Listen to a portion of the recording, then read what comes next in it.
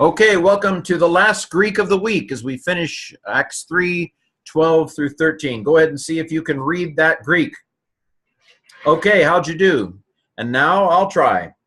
Idon de ho Petros apokrinanto pros ton laon. Here's what he said. Andres Israelitai ti thaumatzete epi tuto e humin ti Atenidzete hos idia duname Eusebia pepoi kosin tu peripatein auton. Verse 13. Ho theos Abraham kai Isaac kai Jacob. Ho theos ton pateron hemon. Edoxasen ton paida autu Yesun, hon humes men perodokate, kai ernesaste, kata prosopon, Pilatu, krinatos, akenu apoluin. It's always surprising how hard it is. Okay, now see if you can translate it. And here's my translation. And, post-positive never comes where it should, and having seen Peter, having seen, he answered to the people, Men, Israelites, why do you marvel at this? Now, tip is the interrogative pronoun. Remember that without the accent, it is an indefinite pronoun, but with the accent is an interrogative pronoun. Now, tis, we've seen tis. Tis is the masculine or feminine form that means who. Ti, without the sigma on the end, is the neuter form. And it either means what, or it can have a special meaning, why. And that's what it is here. Why are you marveling at this? Or to us, why are you staring? As if by own power or godliness. As if by our own power or godliness. Okay, this is a little difficult. This word here, pepeo kosin, goes with humin. These are both dative plural. I know that this goes with this because this is dative masculine plural. I thought for a second it might go with these two, but these are both feminine and this is masculine. So this, the only thing it can go with is humin. Us having done. So it's something like this. Or why do you pay attention to us as if by our own power to have done, having done, in order that him to walk? Then we have verse 13. God of Abraham and of Isaac and of Jacob, God of the fathers of us, glorified the Son of him, Jesus. By the way, this word for son is the word, I believe, that is used in, is it used in Isaiah 53? I should have looked that up before now. But it's, I'm having a, wait a minute, that's a special word for son. It's not the usual word for son. Anyway, I should look that up. So glorified his son Jesus, whom, relative pronoun, you, on the one hand, handed over and denied according to the face of Pilate, or before the face of Pilate, even though, although that one having judged to release him. So Pilate had determined that he was going to release Jesus, but you wanted to have him handed over and killed. So there you have it. A little rough. Let's now look at this roughness in greater detail, the interlinear. So this is an aorist participle. I parse it in the parsing. And having seen Peter, he answered. That alpha tells me this is aorist. I believe I have this also on the parsing page. To the people, men, Israelites. This is standard Peter stuff in the book of Acts. This is the way Peter begins his he began his sermon in Acts 2, and he begins his sermon in Acts 3 this way. This is the second sermon of Acts. Why are you marveling? Why? This is a present active indicative, second person plural. This is as well. Why are you marveling at this? Or at us, why are you staring? As if by our own power or godliness having made him to walk. I'm going to parse this also on the parsing page. It is a perfect active participle, dative masculine plural.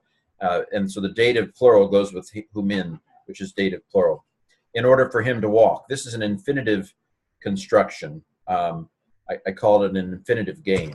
This is an infinitive of purpose, or maybe result, in order that he walk. Okay. Again, here's verse 13, the God of Abraham and of Isaac and of Jacob. These are loan words from Hebrew, so they don't take endings because they're allowed. I have an exception. I'm a Hebrew word. I don't have to do Greek endings. So the God of Abraham and of Isaac and of Jacob, the God of the fathers of us, glorified the Son of him, Jesus, whom you yourselves on the one hand. The you, by the way, doesn't have to be here. There's that te ending has a u in it. So the fact that the you is there is like, but you handed him over. There's an emphasis there. Whom you guys handed him over. Men implies on the one hand, there'd be an on the other hand coming up, we would expect. And you denied before the face of Pilate. This is a genitive absolute construction, as I'll remind you in a second. That means actually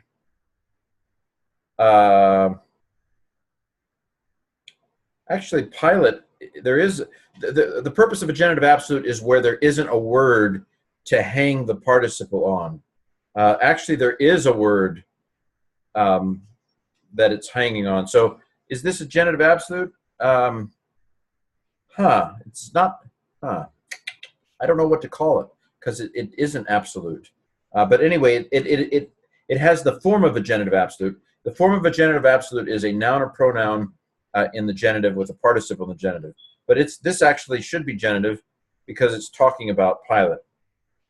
So maybe we should say that it's in apposition. That one is telling us about Pilate. That one having judged to release Jesus. Okay, parsing. Idon, I think we've seen this before. Id is the horao, it's the irregular aorist video. Having seen, aorist active participle. On is the nominative masculine singular participle, the very first one you learn. Apokrinonto, that alpha tells me it's aorist, but it doesn't do a sigma alpha because liquid verbs don't do sigmas. It's a liquid verb. There's the augment, aorist. The middle ending, amen, u, eta, those are middle passive endings, but it's deponent because it's from apokrinomai. Oh my, it's deponent, which means it takes middle or passive forms, but you translate it actively. Why Greek does this? Why? I don't know. We just live with it. Indicative, third singular. Okay, then we have this perfect. I know it's perfect because it has a little, the P gets a little beside itself, and then we put an epsilon in the middle. That reduplication on the front is indicative of the purpose, perfect. The kappa in a perfect tells me it's active. It's a participle. Why? Because I've memorized it, you know. Masculine and neuter participle forms follow the third declension endings, which are arko antas, anti anta, antas anton, si antas. So that C is dative plural masculine. I'll admit this one took me a second to be confident about what that ending was. Okay, poiao. You can see it hiding in here. Poia. Okay. This construction is either an infinitive of purpose or result. Genitive article plus an infinitive. That's a present active infinitive there from peripateo. The difference between purpose and result is purpose has a sense of plan in order that. Result is what happened as a result. So with the result that. Maybe it's more result here. As I was translating it, I thought maybe it's more with the result that him walking. This is aorist. Now, this is a me verb, paradidomi. Me verbs have 2.5 weird things about them. The half is they can do a kappa in the aorist.